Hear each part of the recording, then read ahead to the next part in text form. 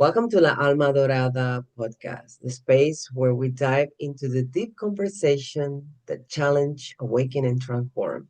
Today, I have the great honor of speaking with a woman whose work directly shapes the future of our society.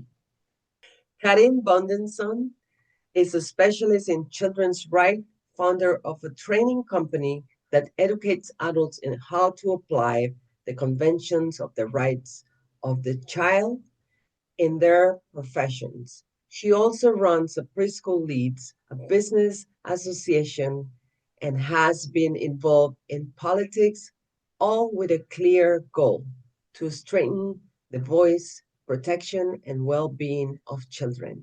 Karin, welcome to La Alma Dorada podcast. Thank you so much, Karola. So nice to be here. Thank you so much. You are joining us all the way from Sweden, and it's an honor to have you here today. But to start, I would like you to describe who is Karin. Yes, well, I am an ordinary Swedish woman, and I live in the northern part of Sweden.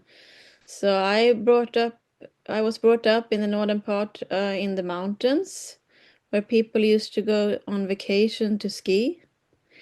And then I moved to the bigger cities in Stockholm and Copenhagen and worked for a while. And then I got my own child as a parent and wanted to move back to my family and the more countryside.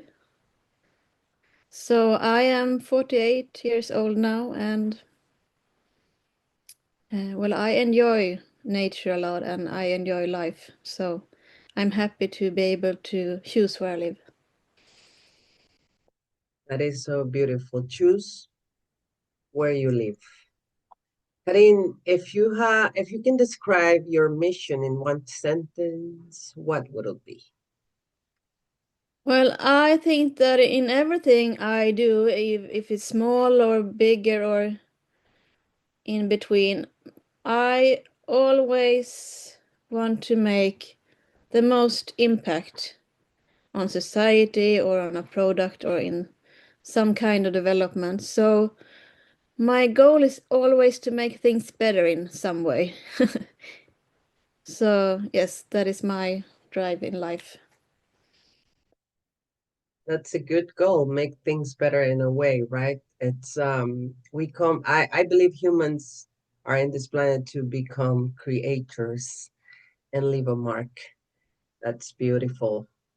What sparked your passion for children's rights? Was there any defining moment that set you on this path? It seems to be natural for me since I self was a child and since I was young. I was brought up in a community where I, in early age, uh, was learned to take care of the smaller children. So it was a natural thing to do. But then I have been working with humans in different settings, in different businesses, and working with adults and working with young adults and with children. And it always gives me the most energy to move on if I can work with small children when they are young. So I get more hope that this will be something sustainable for their life. And I think it's also really important to do good things and to develop things for elder or sick people. But when you do it when people are really young, you get this really extra energy to, wow, this is something that will change the life. It's not 60 years later. So I get a lot of energy of that feeling that this is something that is sustainable for a long time. Absolutely, I totally agree with that. You wear many hats, trainer, preschool director, business leader. How do you balance all these roles while staying true to your purpose?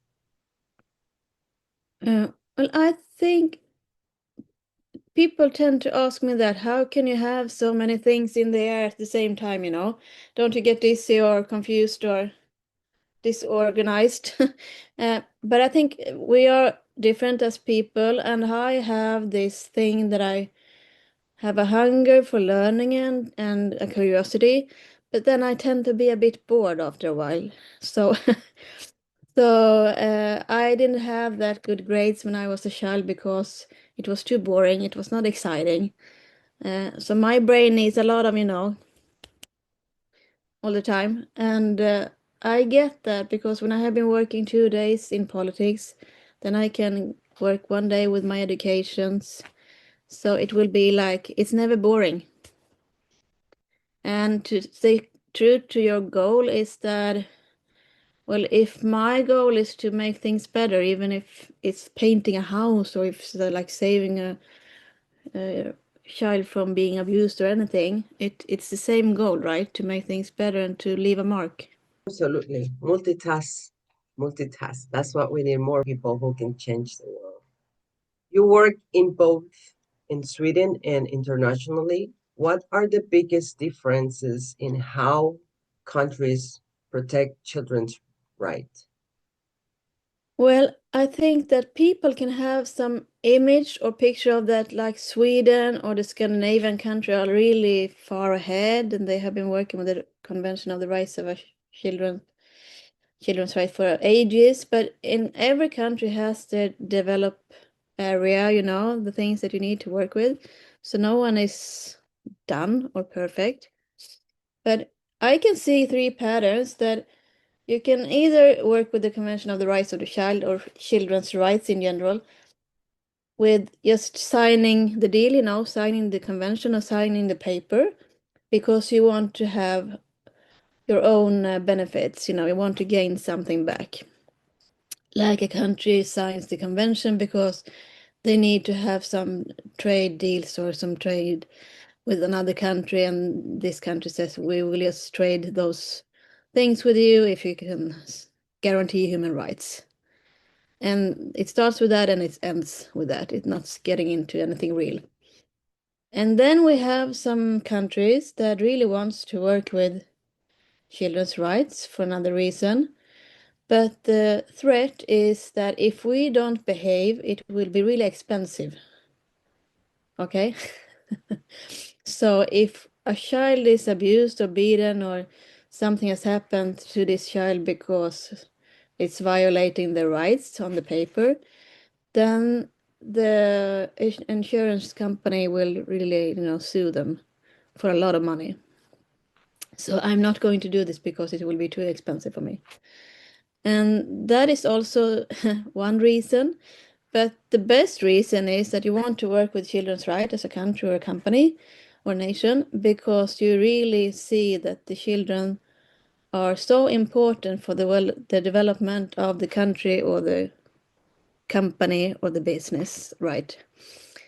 Um, so I can see those different patterns, and there are of course more patterns, but those are the three most common that I can meet when I am out in different countries or. I love that you mentioned and how important is um, to protect the children, or to respect the children's right, because the children are very important for the future. For example, in Honduras, the children's right, they don't respect it. This is one of the missions that I do have in bringing awareness to people in general and big companies and even the government that we have, and how important is to be able to respect that, because they are the future. And what could you tell me about countries like, for example, Honduras, that they don't respect the rights of children? What ideas can you give us to start working towards that mission? Yes, well, I of course I can read the rights and say everything correct, but the only way to bring change is to get other people to understand what's in it for me. What can I gain out of this? Not that it's going to be expensive or that I'm missing a deal or something, but what is the true profit or the true benefit for me or for my country? And when you get knowledge about that, it's not something that oh wow, it takes a lot. It's a journey, to get there. It's the same way when you talk about equality or women's rights or rights of the natives, that you after a while you get this perspective that this is the only sustainable way for me, because if I don't take this in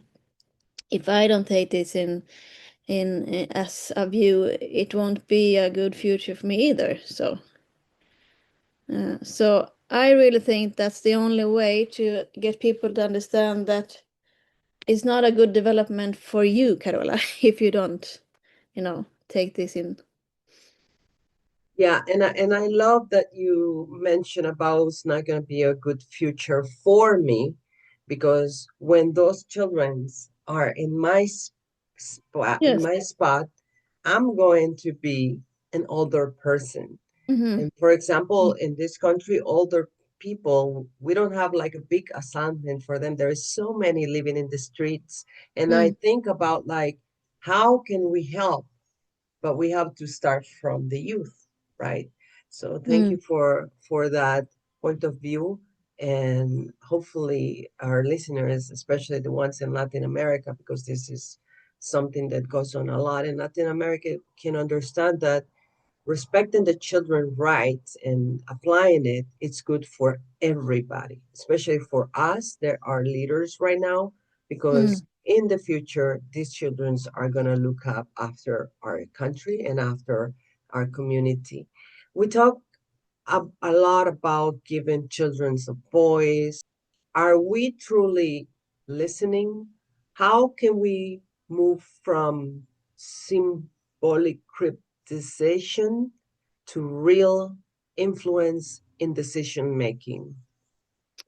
Yes, well, that is a good question, and a lot of children's rights actually uh, goes around this center, with participation. And I myself, as some kind of expert, I'm not doing everything right. I'm doing a lot of wrong, things all the time, because I also need to gain knowledge every day. So, but there is this model, if I can explain, it's like the ladder of participation. So in the bottom you have this like it's symbolic that you are asking the child or the children something just to make it look like you have involved them in something. And then in the next step, you're trying to have a real question that matters in some way, but I am choosing the question, okay? So you can participate, but on my terms, in a question that I'm choosing for you. And then the ladder has some steps, and in the top of the ladder, the child comes to me or to you and say, Karola, I really want to engage in this question that is important for me. I need to have answers, or I need to contribute in this question.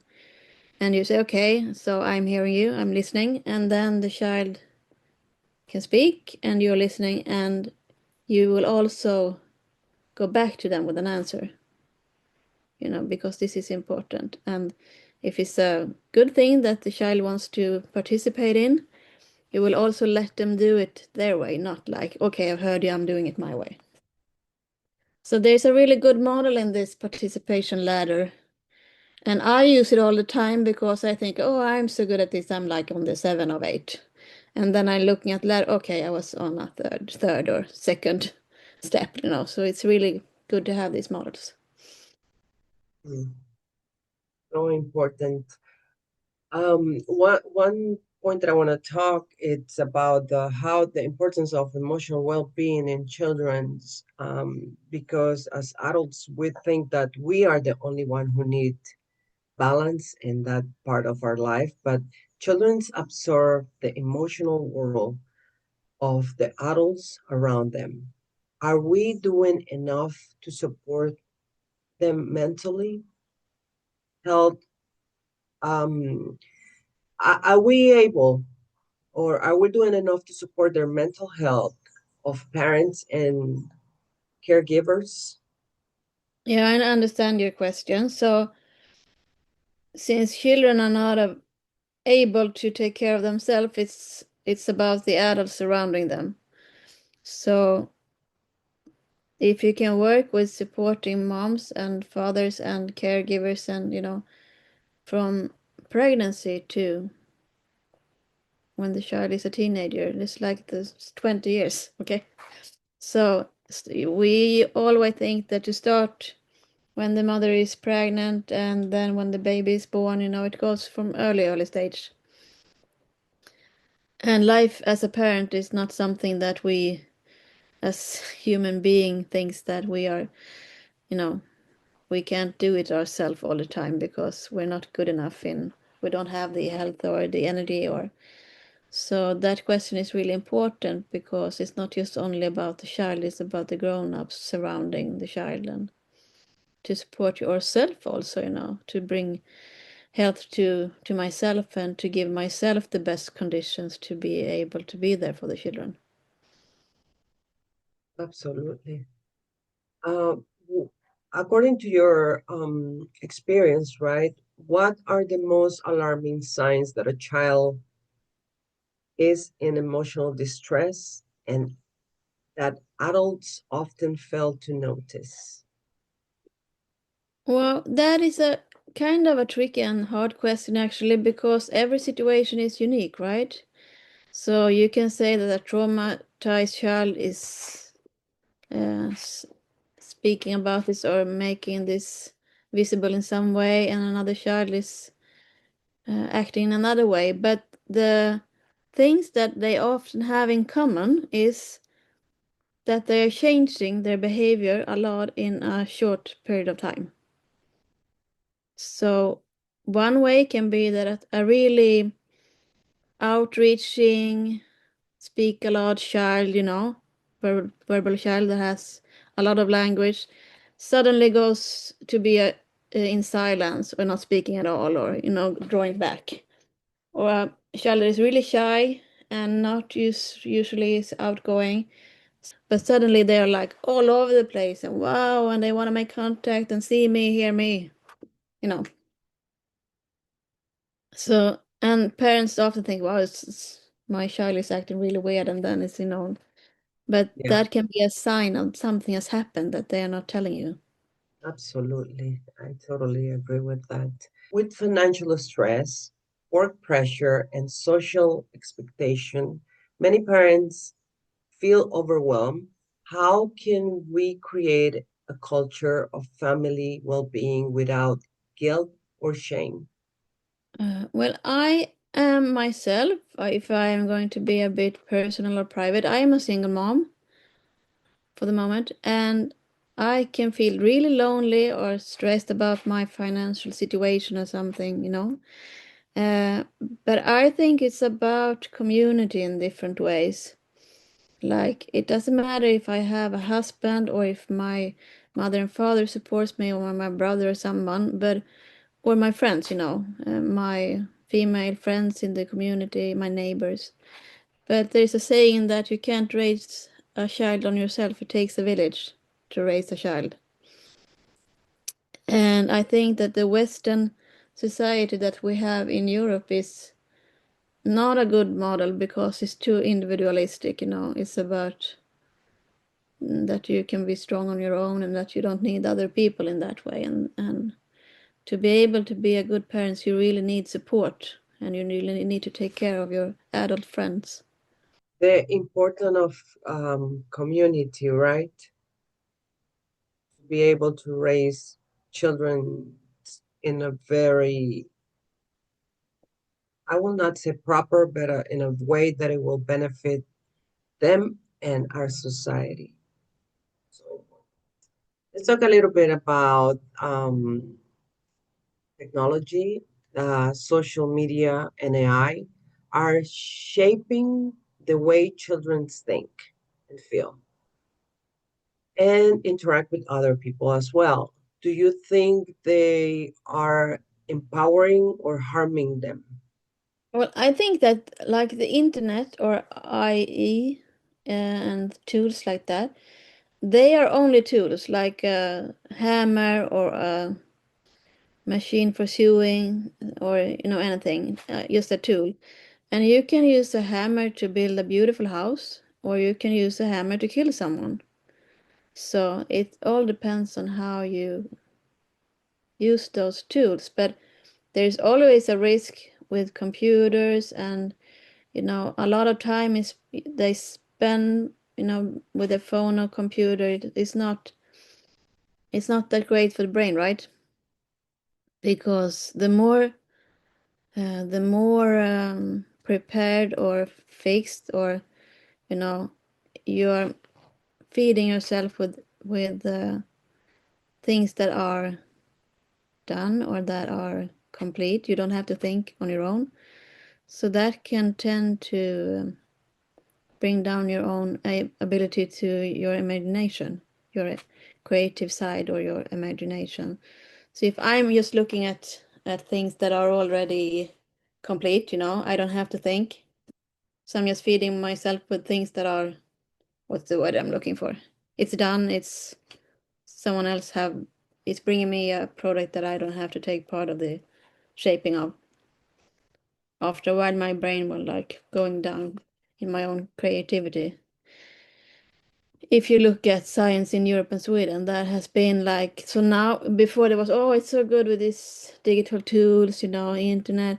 But then they say, wow, those children that was brought up in this time, they don't have access to all of their brain anymore because everything has been feeding with things that they don't have to use their brain. Hmm. Yeah, I totally agree with you when you when you mention about the tools, and I'm gonna mention a little bit on experience that I have. I remember when the internet exploded, my older daughter, um, she was really active on the computer and internet, and I got really, really scared, and I was like, oh, you have to stop using that Mm. machine because they said that it's not good for you. And she was so great creating logos and Photoshop. And she learned by herself, I Yeah. remember we used to live in LA, and she Mm. had friends from all over the country who will send her little logos and little things so she can fix them Mm. up. Yeah. And I will joke around. I like, if you charge every single friend of your $1, you're gonna become a millionaire. But Mm. then at the same time, I was stopping her from evolving in the technology. Yeah, And I, it seems like your daughter was using it to be creative and to create things and develop and learn things. So it's a big difference just if he was sitting, looking at YouTube videos, next video, next video, next. So it can be a really good tool to develop yourself, and it can be a disaster because you're just consuming someone else's. yeah, Yeah. absolutely. And when the internet started, we don't have that many options like now. You have Instagram, you Mm. have TikTok, and all these billions of videos around the world. And they were more, I think they were more careful with what they posted before. Mhm. Yeah. The internet gives children access to knowledge, but also expose them to Yes. harmful content. Yeah. How do we protect the rights while still allowing them to explore? Well, the development of human rights has been really exploding since the internet came because suddenly people all over the world globally knows about the universal rights.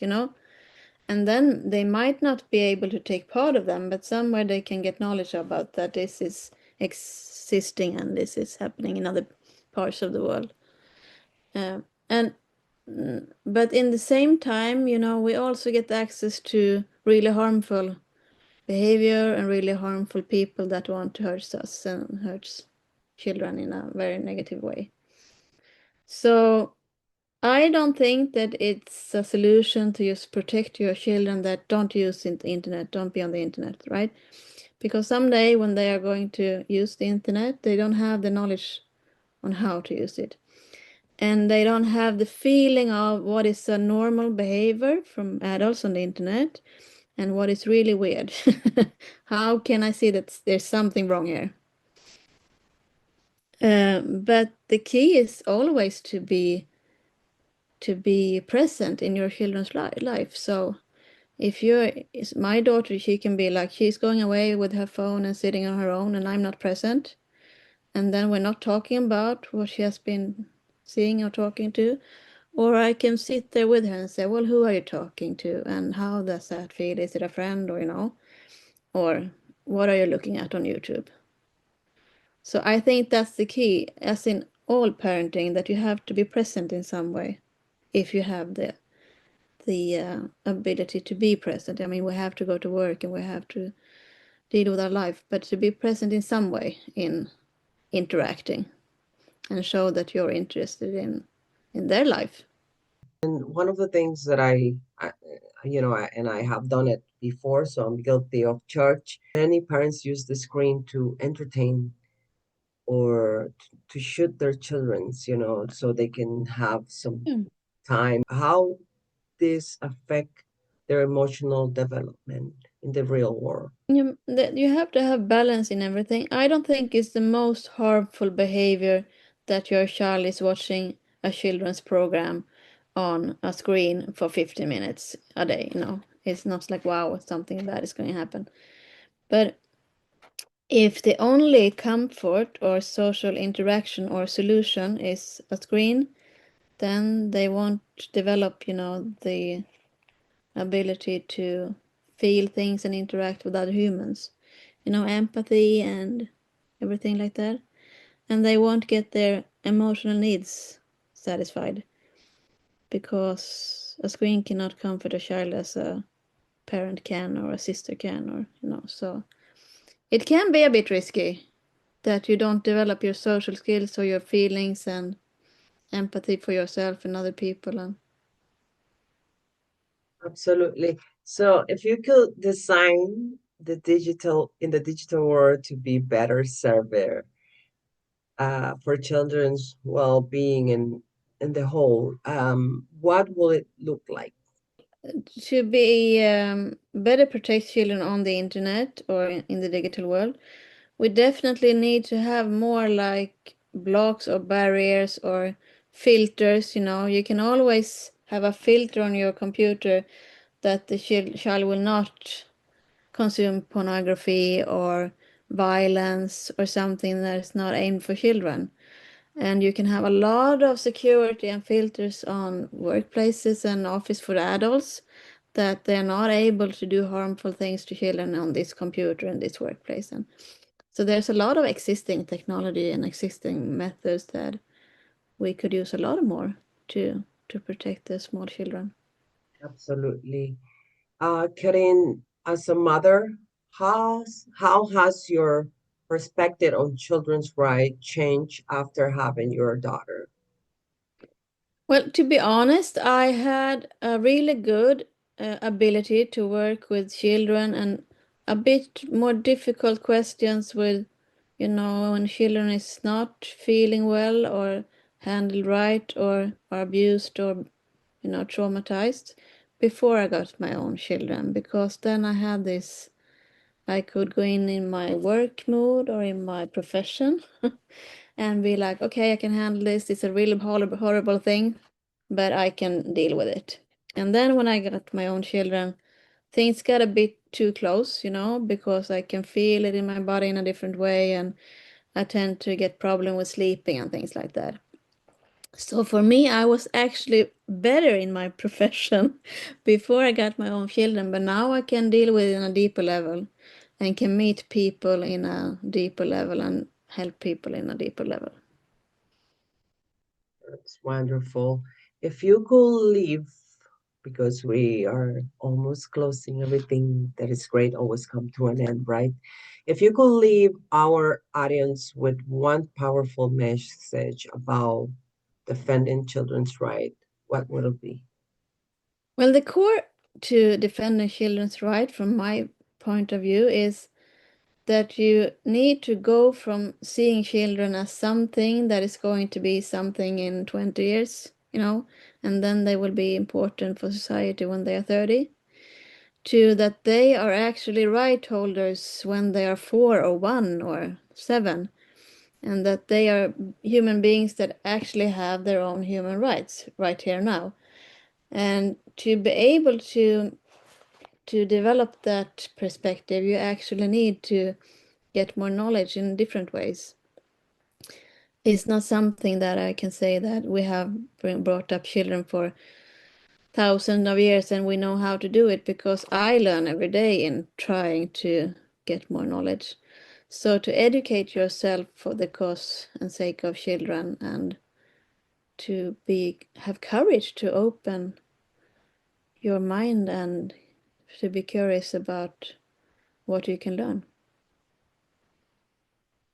Be curious about what you can learn. Karin, we have to do a second part of this if well, in the future because this is so Of good. course, I love that. It has been an absolute honor to have you in La Alma Dorada podcast. Thank you for your dedication, courage, and commitment to defending children's rights. There is anything else that you would like to say to our audience? Yeah, well, thank you for letting me be here. The honor is mine, and I'm really grateful for you to take me in. Where they can know a little bit more about your work? Well, my website is currently on Swedish, so it's about limit. It's a bit limiting that I'm using Swedish on my website. But you can learn a lot about children's rights, and the Convention of the Right of the Child on UNICEF or Save the Children and all those big organizations. Wonderful. I'm gonna be putting all those links in the Yes, description of this video. yes. Been And an you can honor, always add me on LinkedIn if you want to. of Like, can course. they see my name in the? Yeah, I will put all your information on the video in the description so they can find you on LinkedIn and also learn about the children's right, about the convention in those websites that you mentioned before. That's Thank you wonderful, very much. Karola. Thank you. Thank you. To all our listeners, children's rights are not negotiable. They are reflections of the world we're creating. The question is, are we building a world where children can truly thrive? I'll see you in the next episode and thank you for being with me. Remember that you are the light in the darkness, and I'm your coach, Karola. I love you with all my heart. Bye bye. Thank you, Karin. Bye.